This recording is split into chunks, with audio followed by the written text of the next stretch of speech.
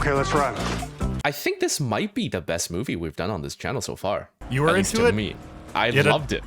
That's fantastic news. It kind of annoyed me, actually. My name is George, and with me is Chris, and today we are talking about Gone in 60 Seconds from the year 2000 as a follow-up comparison to Fast and the Furious from last week. This is a remake of the 1974 film Gone in 60 Seconds by the legendary stunt driver turned stunt film director H.B. Halicki. It's him and a bunch of friends making the movie, essentially. He bought hundreds of cars himself. They do all these car chases on real streets. He injured himself terribly. He would later die on the set of his sequel, Gone in 60 Seconds 2. It's an insane movie to watch today. Infamously, the last 40 minutes of the movie are just a gigantic, never-ending car chase that spans 5 cities around LA, in and around LA. So yeah, the original, all amateurs, a bunch of stunt performers, and just a bunch of people getting together to make a crazy car movie. This one, a massively budgeted Jerry Bruckheimer film with everything that comes with that. But it was also overseen by H.B. Halicki's wife, who I believe is credited as a producer. You said you have some complaints about this movie, so you didn't like it, or what's your stance on this? What I felt like with this movie was that I was kind of watching the death of the 90s Bruckheimer style. Like with Con Air, like with Armageddon, a lot of what they did with those gigantic movies was take schlocky premises from like 70s and 80s movies. Like Con Air is basically a prison movie, except now it's on a giant plane and it ends with the Las Vegas Strip. Whatever. So they had kind of done that, and obviously Gone in 60 Seconds fits right into that. It was this 70s car picture. But for me, this was the one where it kind of went wrong, because we get all the tricks that they do in all the movies, all the Michael Bay and Simon West and Tony Scott tricks. Like, they've got the cinematography with the crazy colors and the overproduced helicopter shots and these ridiculous sets with like random colored lights just shooting out of everywhere. All the stuff that like Michael Bay and Tony Scott really brought to The Rock and Crimson Tide, and stuff that worked. But I just found in this movie, they just bit off more than they could chew with doing this grungy little 70s car picture in this style. Because for me, the like overblown Jerry Bruckheimer thing just fundamentally didn't fit with Gone in 60 Seconds. It just felt like they threw everything in. It was everything that had worked in every Bruckheimer movie up to that point, and it was too much for the bones of this little car movie to handle. So that's what happened for me. Interesting. Okay. I can see how that comes across for you with all that context, because I'm missing a lot of those context, especially with like the Bruckheimer roster. So to me, this just felt like there's a lot of cliche in this movie, right? And it felt like a cliche heist action movie, but self-aware enough. Right. It was just fun. I do agree with you. The beginning felt really slow, especially just like all the backstory and all the, I have this history with you and that person has that history with me. I didn't care about any of that. However, as soon as it got to the part where they started, where Nicolas Cage and I can't remember the guy's name, Otto, I think, started calling up old crew members to try to formulate a team. Getting the gang back together? Yeah, getting the gang back. Yeah. As soon as we got to that scene, it really like hooked me. You son of a bitch. I love that cliche because it's really fun. Just like, building up the heist team, the team of thieves, right? And I found that this crew in this movie was more satisfying and memorable to me than the Fast and the Furious crew. And then when they finally introduced some of these characters, the silent musclehead, right? The hot chick, the old schooler, the comic relief, the cool guy, the young brother, they all felt more unique and different from each other than the Fast and the Furious crew in the first movie, which they all felt like generic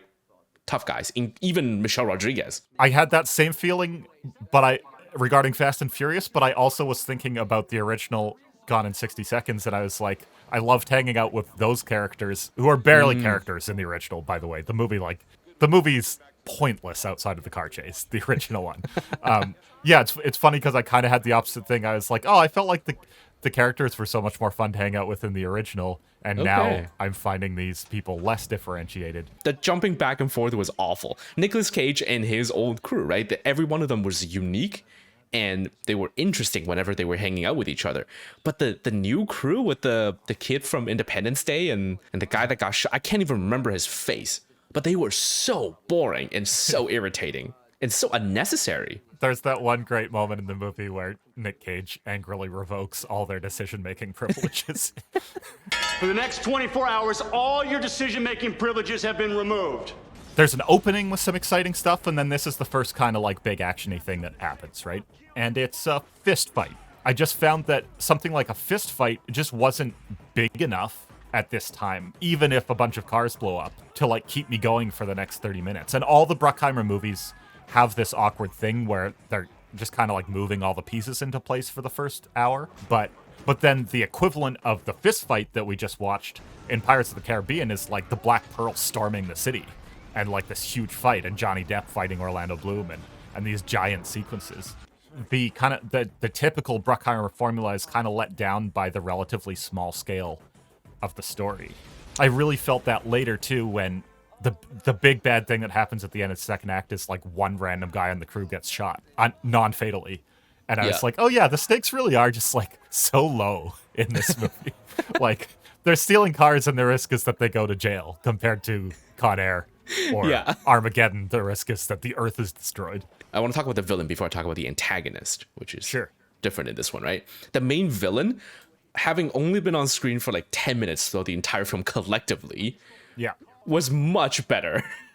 Oh yeah, absolutely. Yeah, even if the stake is low. But the thing is, the stake that he establishes, the threat from the very beginning, where if you don't get these 50 cars, your brother dies, is so clean, it hangs above you throughout the entire movie. And he doesn't need to be on screen, but I still remember him. Whereas, like, what is the villain in Fast and Furious in the first one? Is it the Asian gang who kind of shows up periodically? But, you know?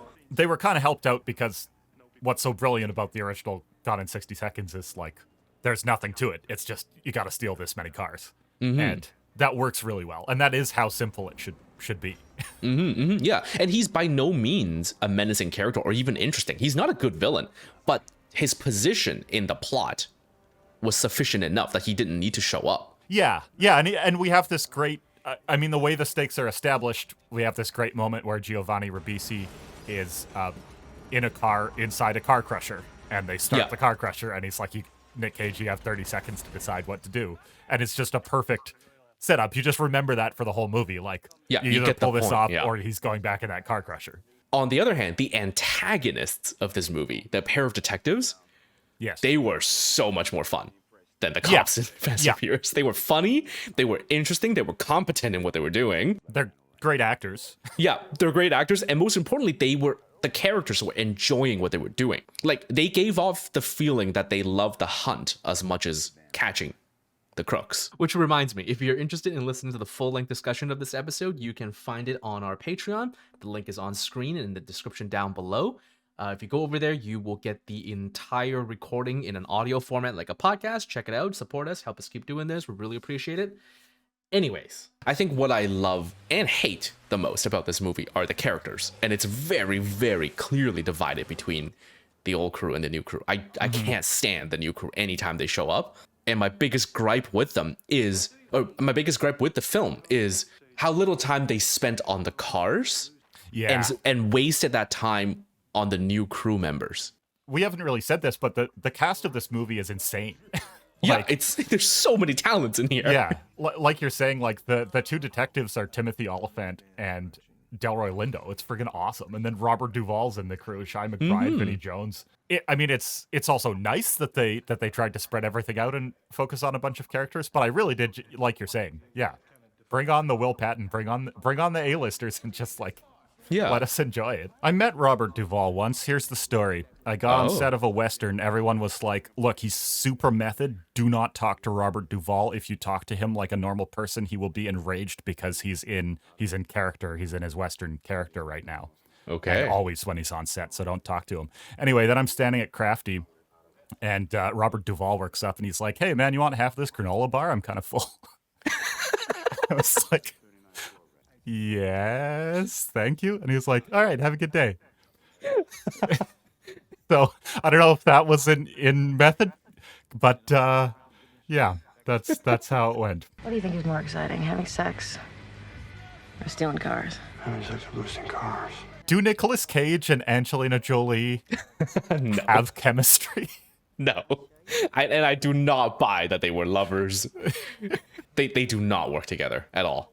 At all. I don't like. They don't even look like people that would know each other. So near the end, when they were, all celebrating, everything's, hunky-dory, and they're having their family barbecue, just like Fast and Furious. Just like Fast and Furious. There's this brief moment where Angelina Jolie's character, Sway, just kind of sucks on the finger of the young guy who got shot. Okay. And I was like, I saw that moment. I was like, they probably, like, it would have been better if they established her character as the one that, like, hooks up with everybody. Yeah. Like, why make her Nicolas Cage's partner? It makes no sense. And it doesn't work. I don't know why she was Nicolas Cage's partner. To be honest, I don't know why she was in this movie. She shows up at the start, and then she literally isn't in the movie for like 40 minutes after she shows up. The guys do everything, and then she'll just randomly be in scenes again. But even once it gets going, all she gets to do is ride shotgun. I think they just, I feel like they casted her much later on. And just went like, we probably need a woman in this movie. It really has that feeling, because the other thing I wrote down is like her entire performance is trailer moments. They just bring her on to like do a specific line. I don't think I can ever be comfortable watching Nicolas Cage do any sex scene. He just doesn't seem like a person that has sex. I know he has kids and everything, but like, okay, do you know what I mean? This is the birth of a video right now. We're gonna do Nick Cage sex scenes. It makes me think that he's like an AI who studied human anatomy. A while ago, I read a random review of Jack Reacher, I think, and someone called Tom Cruise sexless. And I was like, oh yeah, that's what it is. He has no sexual energy. Not that like he's unattractive or something. He just has no you're right. sexual energy in his being. Except in Top Gun with... But I think I know what you mean a little. I think Cage kind of has that a little bit as well, where I think all his sexual energy comes out in non-sexual scenes. Because Nick Cage just like releases this wild Cage energy all the time.